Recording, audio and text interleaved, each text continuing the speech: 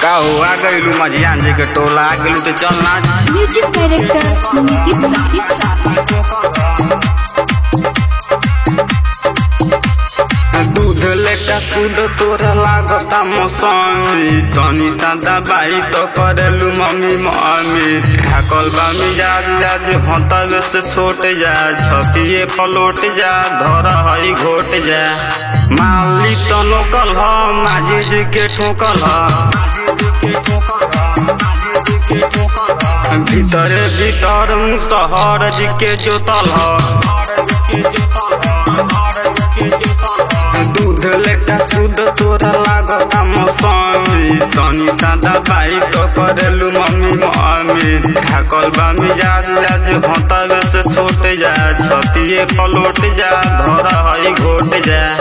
माली तो नोकल ह माझी जी के ठोकल ह भीतरे भीतर मुसहर जी के जोतल ह डीजे नीतीश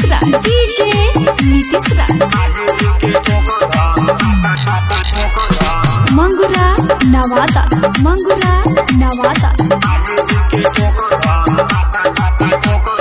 पतरी कमरिया हिलावेले जोर से चिकन सामान बिया चारों ओर से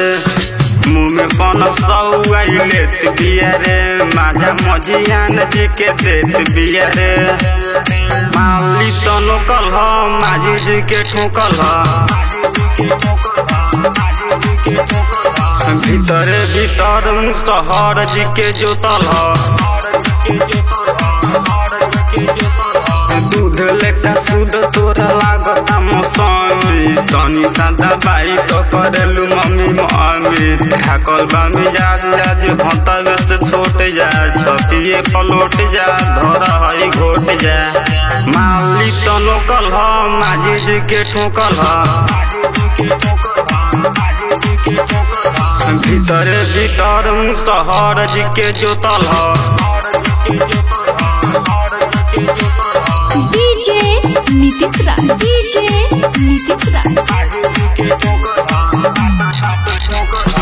मंगुरा नवादा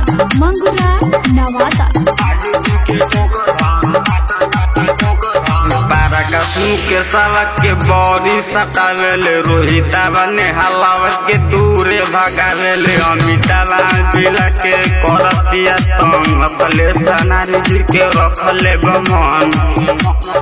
माली तो नोकल ह माझी जी के ठोकल ह भीतरे भीतर मुसहर जी के जोतल ह दूध लेटा शुद्ध तोरा लागता मौसमी तनी सादा बाई तो करेलू मम्मी मम्मी ढाकल बा मिजाज जाज हंतवे से छोट जा छतिए पलोट जा धर हई घोट जा माली तो नोकल ह माझी जी के ठोकल ह भीतरे भीतर मुसहर जी के जोतल ह